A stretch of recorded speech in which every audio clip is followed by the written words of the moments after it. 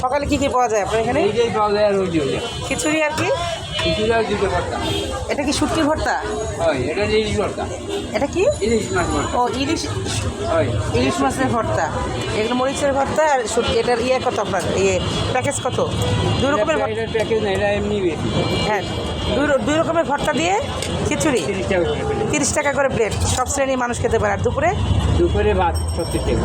70 টাকা। ভাতের মধ্যে কী কী আছে? ভাতের মধ্যে আছে যে আপনি বিকল্পদের 3 পদের ভর্তা আর ডাল ডাল আর লাউ দুধ থাকে বা যদি ভাজি থাকে করলা।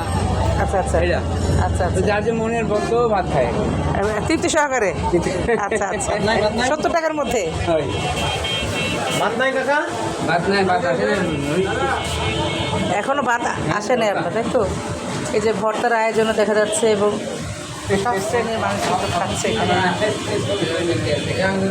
না না, এটা তো খুব রিজনেবল প্রাইসে সব শ্রেণীর মানুষের জন্য খুবই ভালো।